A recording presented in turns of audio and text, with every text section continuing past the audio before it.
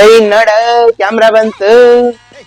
ಏಯ್ ಸೂಪರ್, ನೀನ್ photography business ತಾನೆ, ಎಷ್ಟಾಯ್ತು?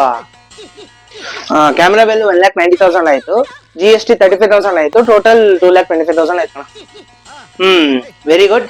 ಅಂತೂ ಇಂತೂ ನಿನ್ ಬಿಸ್ನೆಸ್ಗೆ ಫಸ್ಟ್ ಫಿಕ್ಸ್ಡ್ ಅಸೆಟ್ ಬಂದಂಗ ಆಯ್ತು. ಹೌದು, ಎಷ್ಟು ಅಮೌಂಟ್ ಕ್ಯಾಪಿಟಲೈಸ್ ಮಾಡ್ತೀಯಾ? ಎಷ್ಟು ಅಂದ್ರೆ?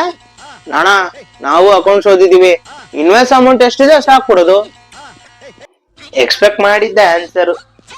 ಪೆದ್ದ, ಇನ್ವಾಯ್ಸ್ ಬಿಲ್ ಅಲ್ಲಿರೋ ಅಮೌಂಟ್ ನ ತಗೊಂಡೋಗಿ ನೀನ್ ಕ್ಯಾಪಿಟಲೈಸ್ ಮಾಡ್ಬಿಟ್ರೆ ಅದ್ರಲ್ಲಿ GST ಇರಲ್ವೇನಾ? ಆ GST ಅಮೌಂಟ್ ನೀ ಕ್ಯಾಪಿಟಲೈಸ್ ಮಾಡ್ಬಿಟ್ರೆ ಇನ್ಪುಟ್ ಟ್ಯಾಕ್ಸ್ ಕ್ರೆಡಿಟ್ ಬೆನಿಫಿಟ್ ಎಲ್ಲ ಸಿಗತ್ತೆ ನಿನಗೆ. ಇನ್ಪುಟ್ ಟ್ಯಾಕ್ಸ್ ಕ್ರೆಡಿಟ್ ಇಟ್ಕೊಂಡು ಏನೋ ಮಾಡ್ತೀಯಾ? ಅದು ಒಂದೇ ಸಲ ಸಿಗೋದು benefit.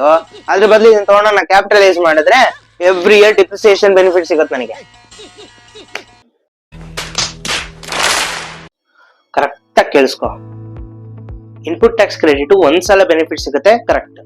Depreciation every year benefit ಸಿಗುತ್ತೆ, ಅದು ಕರೆಕ್ಟ್. ಆದ್ರೆ ಡಿಪ್ರಿಸಿಯೇಷನ್ ಅಲ್ಲಿ ಎವ್ರಿ ಇಯರ್ ಸ್ಪ್ಲಿಟ್ ಆಗೋದ್ರಿಂದ ಸಿಗೋ ಬೆನಿಫಿಟ್ ವ್ಯಾಲ್ಯೂ ಡೌನ್ ಆಗ್ತಾ ಬರುತ್ತೆ because of discounting factor. That means time value of money concept. ಅದೇ ನೀನು ಇನ್ಪುಟ್ ಟ್ಯಾಕ್ಸ್ ಕ್ರೆಡಿಟ್ ಚೂಸ್ ಮಾಡಿದ್ರೆ ಇದೇ ಸಲ ನಿನಗೆ 35,000 ನೆಟ್ ಬೆನಿಫಿಟ್ ಸಿಗುತ್ತೆ.